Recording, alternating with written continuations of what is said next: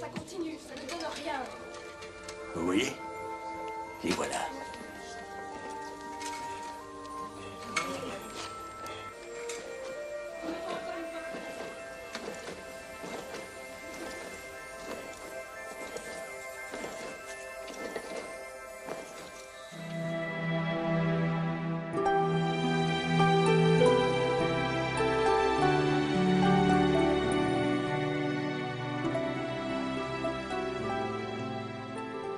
Seigneur, Seigneur, Seigneur, Seigneur.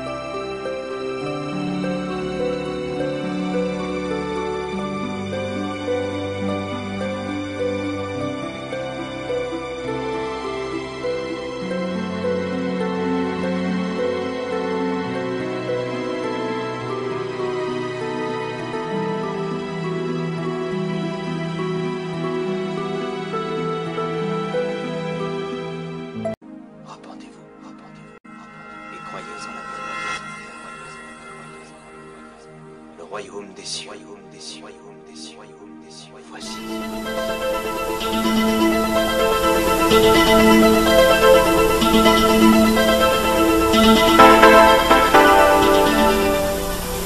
Évidemment, dans un monde où l'on croit de moins en moins en Dieu et en l'au-delà, ça peut paraître une drôle de question. Mais Dieu ne change pas, et sa parole non plus, et elle affirme à plusieurs reprises qu'après la mort, il y a un jugement.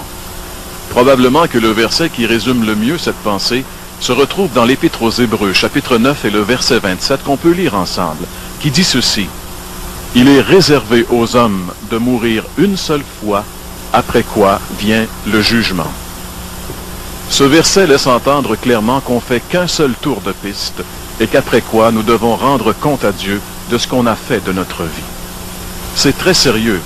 D'ailleurs, le prophète Amos dans l'Ancien Testament disait: « Prépare-toi à la rencontre de ton Dieu. » Et probablement que la meilleure façon de se préparer à rencontrer Dieu, c'est de se confier en son Fils Jésus-Christ. Car la Bible dit: « Dieu a tant aimé le monde qu'il a donné son Fils unique, afin que quiconque croit en lui ne périsse pas, mais qu'il ait la vie éternelle. » Probablement que la première question que Dieu nous posera ce jour-là, c'est: « Qu'as-tu fait de mon Fils ?» Oui, il y a un jugement après la mort. Êtes-vous prêts?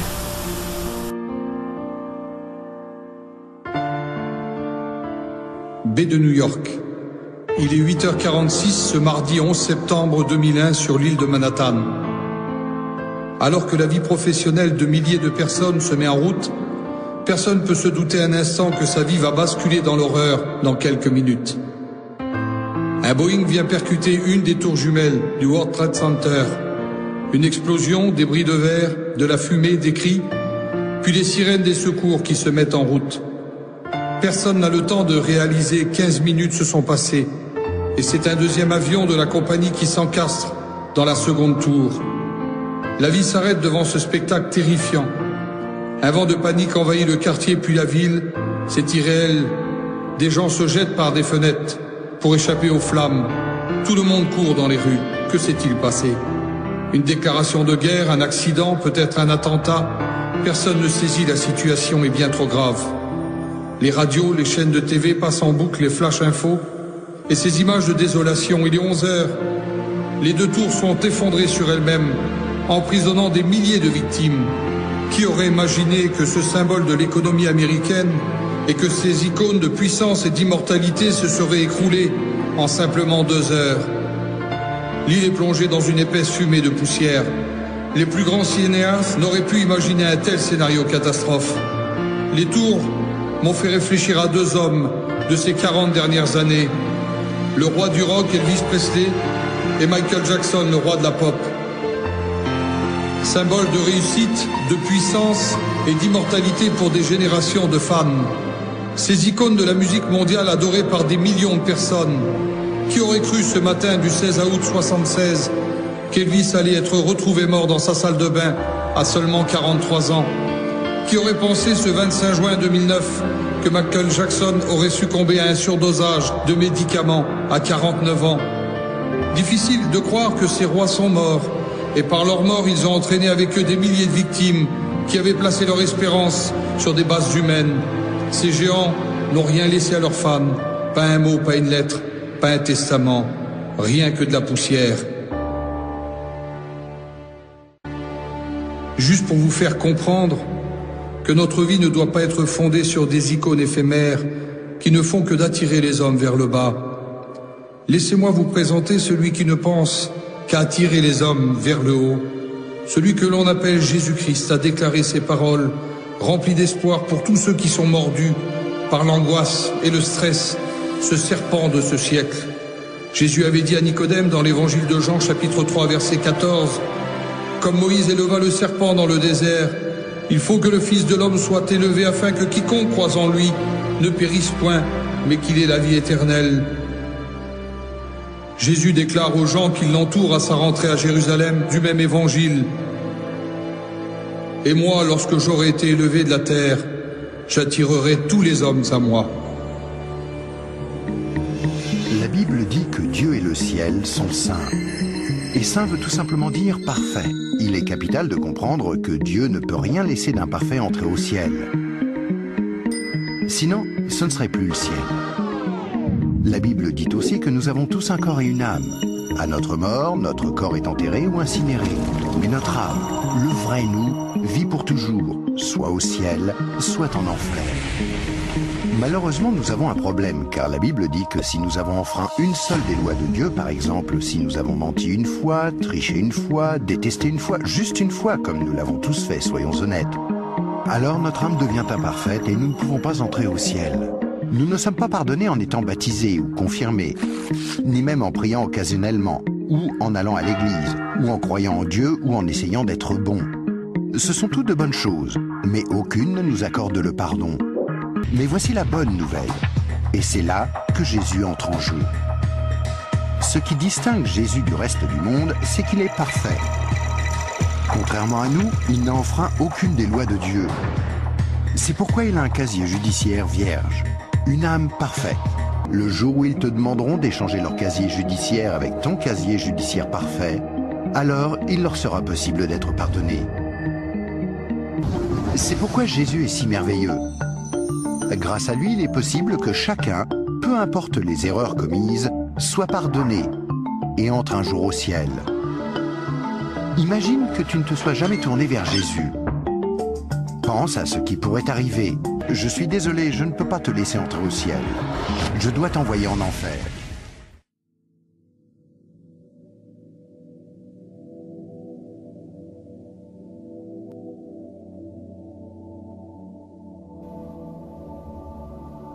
Venez à moi,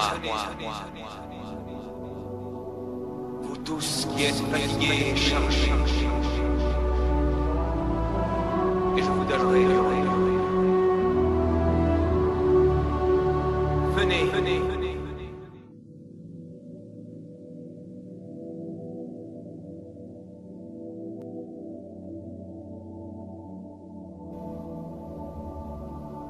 Venez à moi, vous tous qui êtes fatigués et chargés, et je vous donnerai le repos. Venez, venez, venez. Réveille-toi, toi qui dors. Relève-toi d'entre les morts et Christ t'éclairera.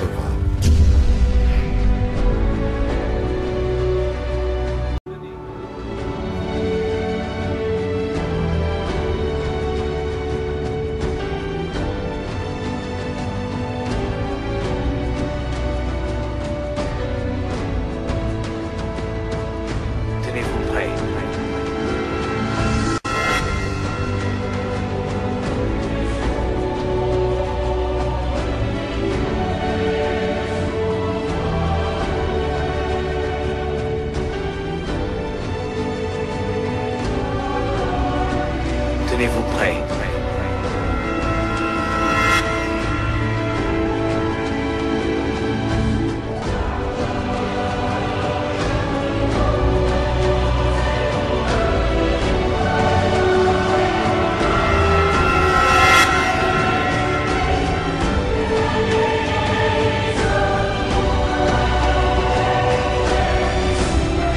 Tenez-vous prêts. Le royaume des cieux arrive.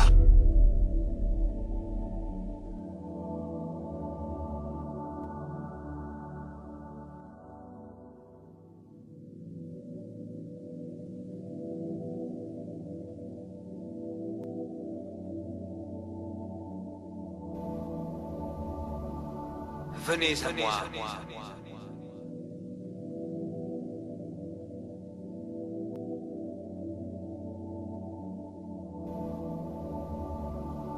Venez à moi,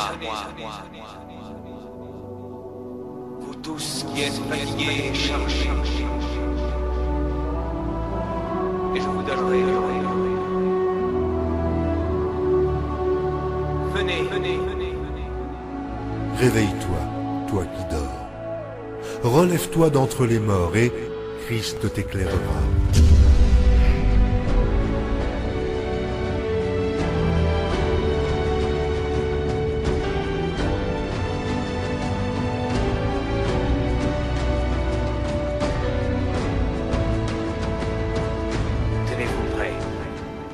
Venez à moi, vous tous qui êtes fatigués et chargés, et je vous donnerai le repos. Venez, venez, venez, venez.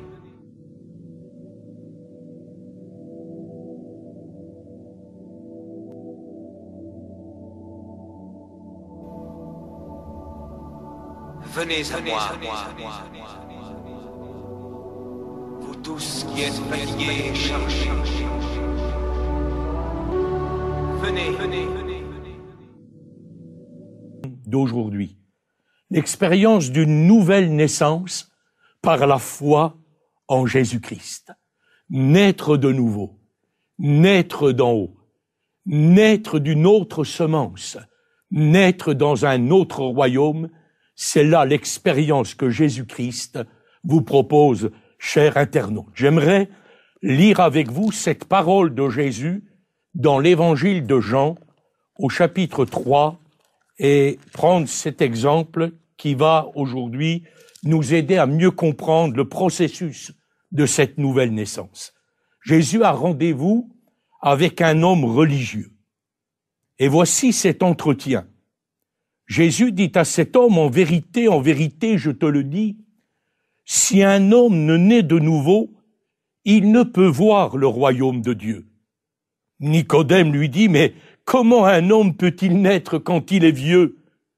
Peut-il une seconde fois entrer dans le sein de sa mère et naître? Jésus lui répondit, en vérité, je te le dis, si un homme ne naît d'eau et d'esprit, il ne peut entrer dans le royaume de Dieu. Ce qui est chair, et ce qui est né de l'esprit est esprit. Ne t'étonne pas que je t'ai dit, il faut que vous naissiez de nouveau. Le vent souffle où il veut, tu en entends le bruit, mais tu ne sais ni d'où il vient, ni où il va. Il en est ainsi de quiconque est né de l'esprit. Nicodème reprit la parole et dit à Jésus, « Mais comment cela peut-il se faire ?» N'avez-vous jamais aspiré, cher ami, de tout recommencer à zéro? N'avez-vous jamais aspiré au plus profond de votre cœur de tourner la page, de tout effacer, peut-être de déchirer le brouillon qu'a été jusqu'à aujourd'hui votre vie et de pouvoir tout réécrire comme une page blanche qui s'offre à vous, de vivre différemment, malgré peut-être un certain succès de votre existence. Des milliers de gens changent d'existence sans réellement changer de vie. Jésus vous offre la possibilité de naître de nouveau. L'apôtre Paul a écrit ces paroles: « Si quelqu'un entre en communion avec le Christ, il est une nouvelle créature. Les choses anciennes sont passées, et voici, toutes choses sont en devenir nouveau. » N'est-ce pas ce dont vous avez besoin? J'en avais profondément besoin. Je vivais dans l'esclavage de la drogue, je vivais dans le monde de la violence, et j'ai aspiré pendant de longues années à être quelqu'un de différent. J'ai essayé toutes sortes de choses qui nous étaient proposées. J'ai changé de look, je suis devenu un hippie. Ensuite, je suis devenu un autre et encore un autre. Mais ma vie ne changeait pas jusqu'au jour où j'ai entendu cette merveilleuse parole de Jésus: « Tu peux naître de nouveau. » J'avais enfin la réponse que je souhaitais. La vie humaine, la vôtre, la mienne, porte la marque de l'échec.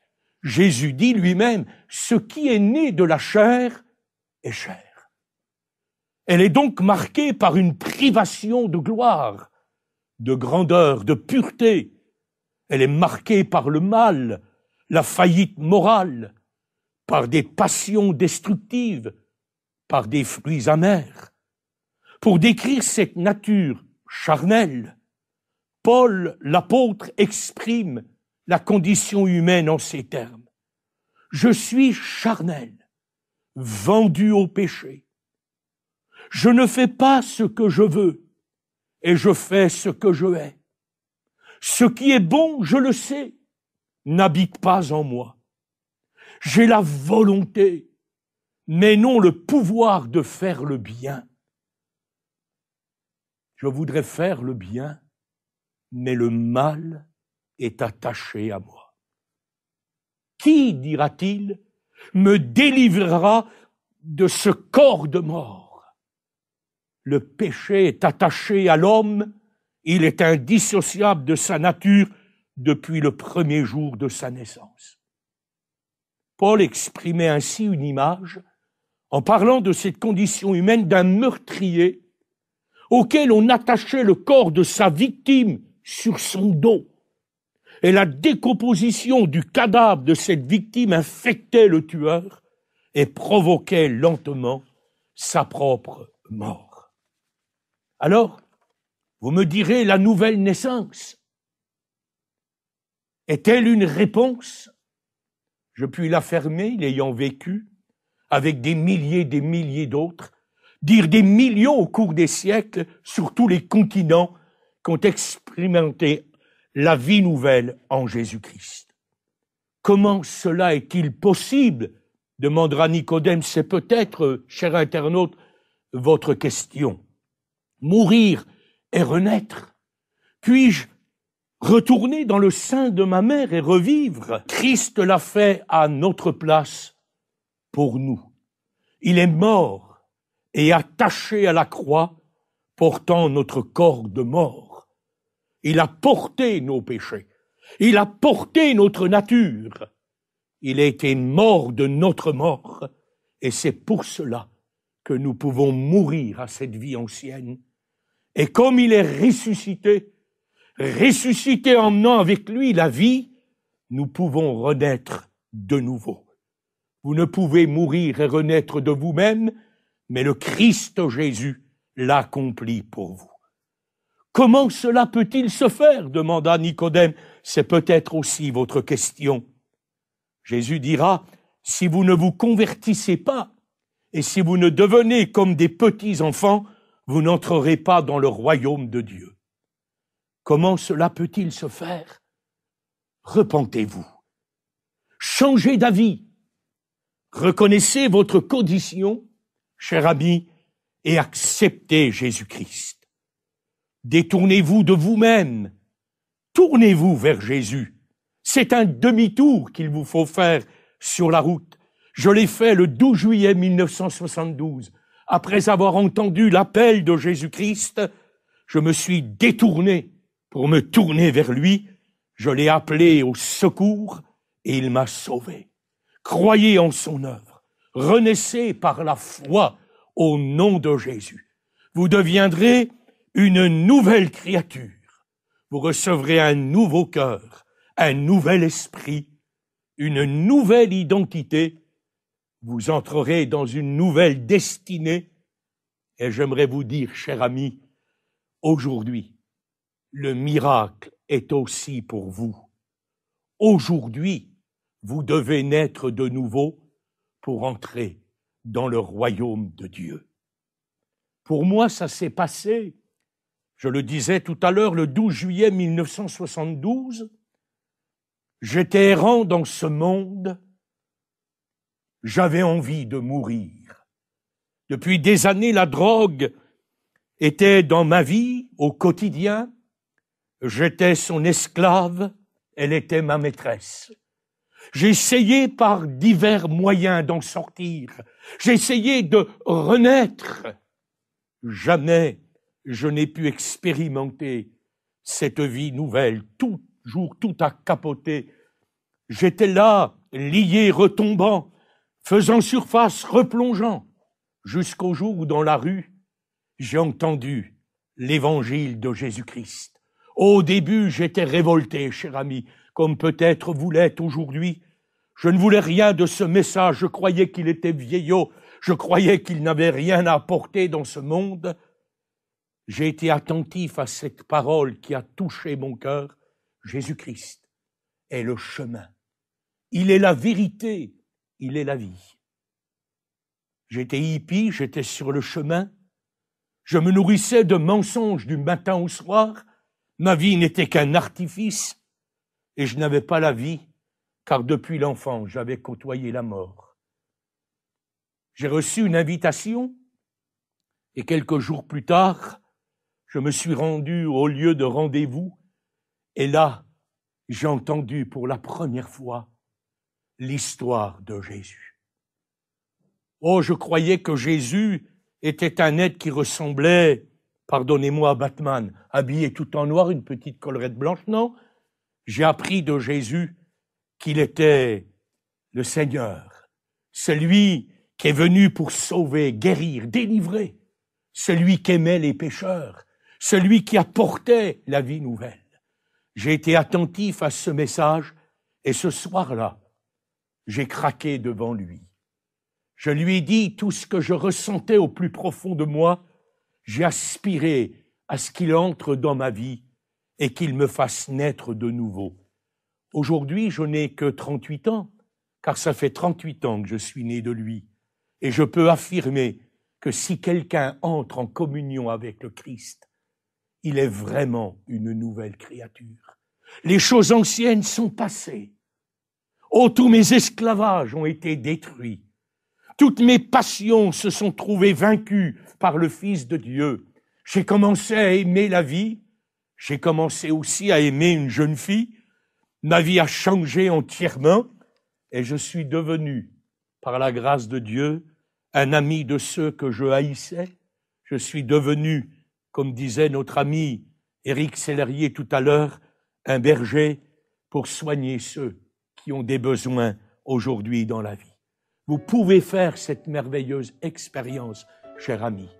J'aimerais que vous la fassiez aujourd'hui, maintenant, que vous ne tardiez plus, que vous ne restiez plus dans le flou, dans le vague, dans l'incertitude, mais que vous puissiez dire « c'en est assez, c'est fini, je ne veux plus de cette vie, je ne veux plus la raccommoder, je ne veux plus essayer encore et encore pour retomber toujours plus bas.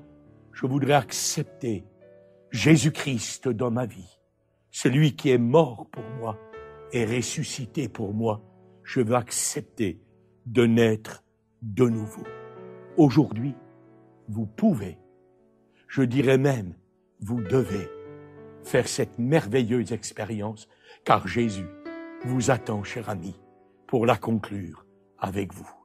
Nous allons prier Dieu. Si vous acceptez Jésus-Christ, cliquez sur le bouton qui est au bord de l'écran. N'hésitez pas, tournez-vous vers lui. Il connaît votre cœur. Il sait ce dont vous avez besoin. Il a un avenir nouveau pour vous, comme il en a eu un pour moi et pour des millions d'autres. Entrez dans le cortège de tous ceux qui peuvent dire « Je suis né de nouveau, j'ai la vie en Jésus-Christ ». Prions le Seigneur. Nous sommes devant toi parce que tu es celui qui veut que tous les hommes soient sauvés.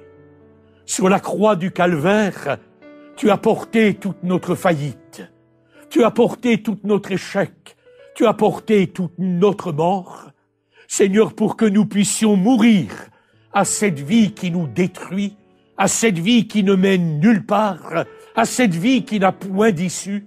Seigneur, pour que nous puissions renaître avec toi à la vie nouvelle. Seigneur, tu es le Christ qui est mort et ressuscité. Seigneur, tu as pris notre mort et tu nous donnes ta vie.